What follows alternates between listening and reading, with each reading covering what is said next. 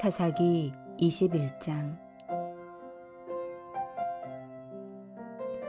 이스라엘 사람들이 미스바에서 맹세하여 이르기를 우리 중에 누구든지 딸을 베냐민 사람에게 아내로 주지 아니하리라 하였더라. 백성이 베델에 이르러 거기서 저녁까지 하나님 앞에 앉아서 큰 소리로 울며 이르되 이스라엘의 하나님 여호와여, 어찌하여 이스라엘에 이런 일이 생겨서 오늘 이스라엘 중에 한 지파가 없어지게 하시나이까 하더니, 이튿날에 백성이 일찍이 일어나 거기서 한 제단을 쌓고 번제와 화목제를 드렸더라. 이스라엘 자손이 이르되 이스라엘 온 지파 중에 총회와 함께하여 여호와 앞에 올라오지 아니한 자가 누구냐 하니, 이는 그들이 크게 맹세하기를 미스바에 와서 여호와 앞에 이르지 아니하는 자는 반드시 죽일 것이라 하였음이라. 이스라엘 자손이 그들의 형제 베냐민을 위하여 뉘우쳐 이르되 오늘 이스라엘 중에 한 지파가 끊어졌도다. 그 남은 자들에게 우리가 어떻게 하면 아내를 얻게 하리요? 우리가 전에 여호와로 맹세하여 우리의 딸을 그들의 아내로 주지 아니하리라 하였도다. 또 이르되 이스라엘 지파 중 미스바에 올라와서 여호와께 이르지 아니한 자가 누구냐 하고 본즉 야베스 길르앗에서는 한 사람도 진영에 이르러 총회에 참여하지 아니하였으니, 백성을 계수할 때에 야베스 길르앗 주민이 하나도 거기 없음을 보았음이라. 회중이 큰 용사 12,000명을 그리로 보내며 그들에게 명령하여 이르되 가서 야베스 길르앗 주민과 부녀와 어린아이를 칼날로 치라. 너희가 행할 일은 모든 남자 및 남자와 잔 여자를 진멸하여 바칠 것이니라 하였더라. 그들이 야베스 길르앗 주민 중에서 젊은 처녀 400명을 얻었으니 이는 아직 남자와 동침한 일이 없어 남자를 알지 못하는 자라. 그들을 실로 진영으로 데려오니 이곳은 가나안 땅이더라. 온 회중이 림몬 바위에 있는 베냐민 자손에게 사람을 보내어 평화를 공포하게 하였더니 그때에 베냐민이 돌아온지라.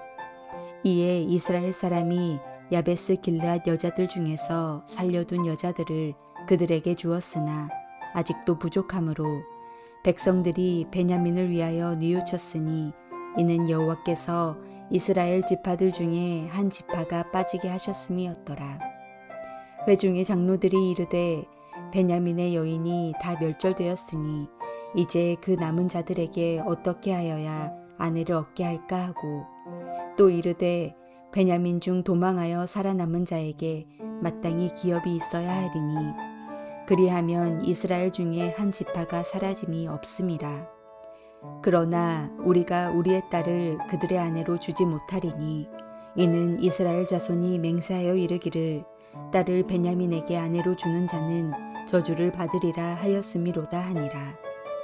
또 이르되 보라, 베델 북쪽 르보나 남쪽 베델에서 세겜으로 올라가는 큰 길 동쪽 실로에 매년 여호와의 명절이 있도다 하고, 베냐민 자손에게 명령하여 이르되 가서 포도원에 숨어 보다가 실로의 여자들이 춤을 추러 나오거든 너희는 포도원에서 나와서 실로의 딸 중에서 각각 하나를 붙들어 가지고 자기의 아내로 삼아 베냐민 땅으로 돌아가라. 만일 그의 아버지나 형제가 와서 우리에게 시비하면 우리가 그에게 말하기를 청하건대 너희는 우리에게 은혜를 베풀어 그들을 우리에게 줄지니라. 이는 우리가 전쟁할 때에 각 사람을 위하여 그의 아내를 얻어주지 못하였고 너희가 자의로 그들에게 준 것이 아니니 너희에게 죄가 없을 것임이니라 하겠노라 하매, 베냐민 자손이 그같이 행하여 춤추는 여자들 중에서 자기들의 숫자대로 붙들어 아내로 삼아 자기 기업에 돌아가서 성읍들을 건축하고 거기서 거주하였더라. 그때에 이스라엘 자손이 그곳에서 각기 자기의 지파 자기의 가족에게로 돌아갔으니 곧 각기 그곳에서 나와서 자기의 기업으로 돌아갔더라. 그때에 이스라엘의 왕이 없으므로 사람이 각기 자기의 소견에 오른 대로 행하였더라.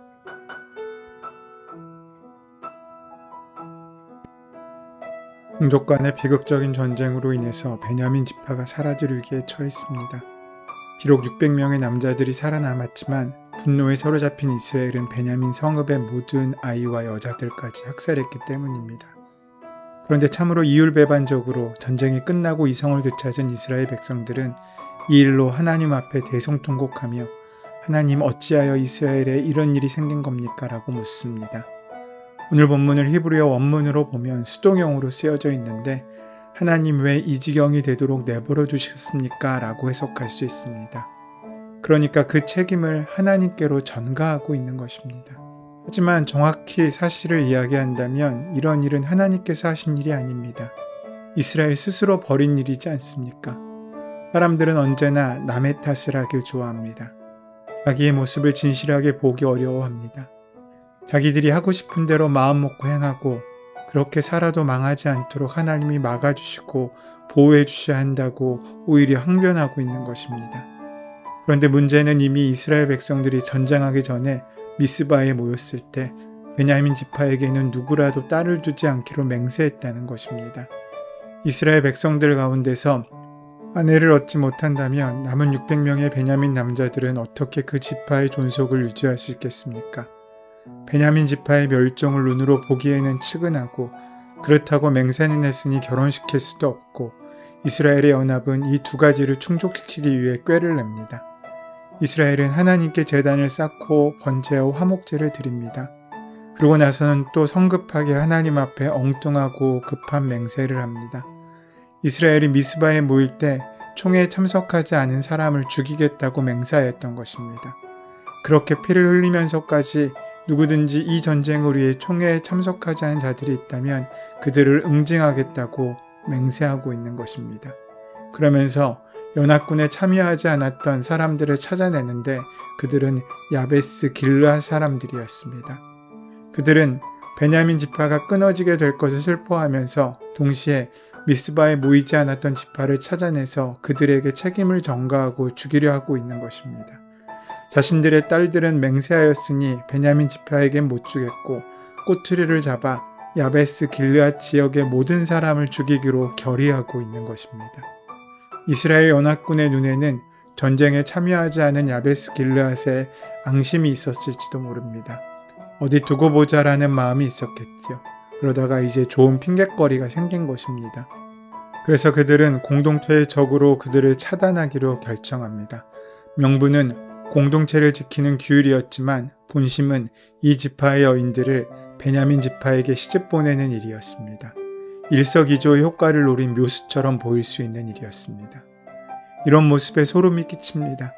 자신의 잘못을 남에게 덮어씌우고 자신들이 책임져야 될 문제들을 다른 사람에게 그 책임을 전가하여 해결하려는 모습, 그것도 공동체의 이름으로 공적인 명분을 통해 합법을 가장한 모습으로 자행되는 일들, 이런 것들을 전체주의라고 할 수 있습니다. 그들은 비극적이게도 남자와 남자를 한 여자들, 아이들을 학살하였습니다. 명분은 그들이 한 맹세 때문이었습니다. 하지만 그들은 맹세대로 행하지도 않았습니다. 베냐민 지파에게 아내로 줄 젊은 처녀들은 살려두었기 때문입니다. 맹세를 핑계로 동족을 학살하고 필요에 의해 맹세를 어기기도 하고 있는 것입니다. 이스라엘이 이 위기를 해결하는 가장 좋은 방법은 자신들의 죄를 뉘우치고 자신들이 잘못 맹세한 것을 인정하고 하나님 앞에서 그 맹세를 취소하는 것입니다. 입다가 잘못된 맹세를 끝까지 지키려고 끔찍한 일을 저지른 것처럼 이스라엘의 잘못된 맹세도 결국 끔찍한 학살로 이어지게 됩니다. 하나님 앞에서 자신의 죄를 인정하고 회개함으로 문제를 해결하려 하지 않고 더 큰 폭력과 악으로 자신이 맹세한 정당성을 입증하려고 합니다. 그 결과 당시 가장 힘없고 약한 여성들이 이 폭력과 악을 온몸으로 받아내야 되는 희생자가 되었습니다. 이스라엘은 야베스 길르앗 사람들을 학살하고 젊은 처자들을 데려와 베냐민 지파에게 주었습니다. 그래도 여자의 수가 부족하자 베냐민 남자들에게 여호와의 명절에 실로에 나와 춤추는 여자 중 원하는 여자를 납치해 가라고 합니다. 베냐민 사람들은 그렇게 해서 기업을 이어갔고 이스라엘은 아무 일 없다는 듯이 각각 자신의 지파로 돌아가 살았습니다. 이 모습을 사사기는 그때의 이스라엘의 왕이 없으므로 사람이 각각 그 소견에 오른 대로 행하였더라 라는 말로 정의하고 있습니다. 하나님의 이름도 부르고 하나님께 맹세도 하고 하나님께 제사도 드렸습니다. 하지만 그들이 하는 행동은 철저히 가나안 사람들의 방식을 따르고 있던 것입니다. 사사기가 드디어 끝납니다. 그동안 우린 아침마다 참으로 우울하고 답답한 이야기를 접하였습니다. 반복되는 죄, 이해하지 못할 일들, 너무나 쉽게 잊어먹는 은혜들을 묵상하면서 우리의 마음에 힘도 많이 빠졌을 것입니다. 사사기는 무척이나 암울한 이야기입니다. 사사기는 이렇게 우리에게 심각한 문제가 있지만 우리는 스스로 그 문제를 해결할 수 없다고 말해줍니다. 우리가 왕이 되고 우리 소견에 옳은 대로 생각하며 삶은 살수록 그 문제는 더 심각해질 뿐입니다. 다른 사람의 이야기를 들으면 답답한 것이 사실입니다. 특히 계속되는 실수들을 보면 한심하기까지 합니다. 하지만 그런데 이 모든 사실들, 이 모든 일들이 결국 나의 모습으로 깨닫는 것은 쉽지 않습니다. 그만큼 우리는 스스로를 잘 모르기 때문입니다. 어쩌면 사사기는 오래전 무식하고 형편없던 옛날 사람들의 역사가 아니라 지금 우리의 모습일 수도 있습니다. 바로 하나님 없는 인간들의 모습 말입니다. 하나님을 잃어버리면 옛날이나 지금이나 우리는 똑같아집니다. 21장의 하반부는 사사기의 총정리를 한마디로 표현하고 있습니다. 이스라엘에 하나님이 없으므로 자기 마음대로 행했다는 것입니다. 이 말씀은 강력하게 우리의 마음을 찌릅니다. 왜냐하면 이는 수천 년 전의 모습을 정리한 말씀이 아니기 때문입니다. 오늘 우리에게도 적용되는 말씀일 수 있습니다. 지금 우리의 왕이 누구인가? 우리가 누구를 따라가고 있는가? 우리가 어떤 생각에 이끌려 삶을 살고 있는가? 거기에 따라서 우리가 맺고 있는 삶의 열매가 결정되기 때문입니다. 사랑하는 여러분, 여러분의 왕은 누구입니까? 오늘 여러분을 다스리는 왕은 누구입니까? 우리의 생각 속의 왕, 우리의 모든 결정을 주관하고 간섭하는, 우리의 마음을 다스리고 이끌어가는 그 왕은 누구입니까? 우리는 예수님을 주님이라고 표현합니다. 이는 하나님의 이름 아도나이에서 온 것입니다. 나의 주인이란 뜻입니다.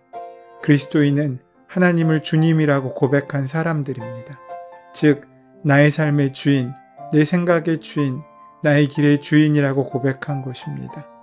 그렇다면 우리가 그 주인의 길을 따르지 않는다면 우리는 우리가 입술로는 주인이라고 고백하지만 정작 다른 사람들을 쫓아가든지 아니면 스스로 자기의 생각에 이끌려 삶을 살고 있음을 보여주고 있는 것입니다. 신앙은 다름이 아닙니다. 내 마음의 중심, 나를 다스릴 왕으로 누구를 모실 것인가에 달려 있습니다. 내 안에 내가 주인된 삶인가 아니면 주님께서 내게 주인된 삶인가 하는 것을 묻는 것입니다. 오늘 아침 주님은 우리에게 물으십니다. 지금 너를 다스리는 왕은 누구인가? 어쩌면 우리는 아침 묵상을 하면서 이 같은 질문을 매일 우리에게 던져야 하는지도 모릅니다. 그리고 다짐하고 결정해야 합니다. 나의 주인은 내가 아니라 우리 주님이시라고. 그리고 간절하게 기도해야 됩니다. 나의 주인이 내가 아니라 주님 되시는 삶을 살 수 있도록 말입니다. 오늘 여러분을 축복하며 강구하기를 원하는 말씀이 바로 여기에 있습니다.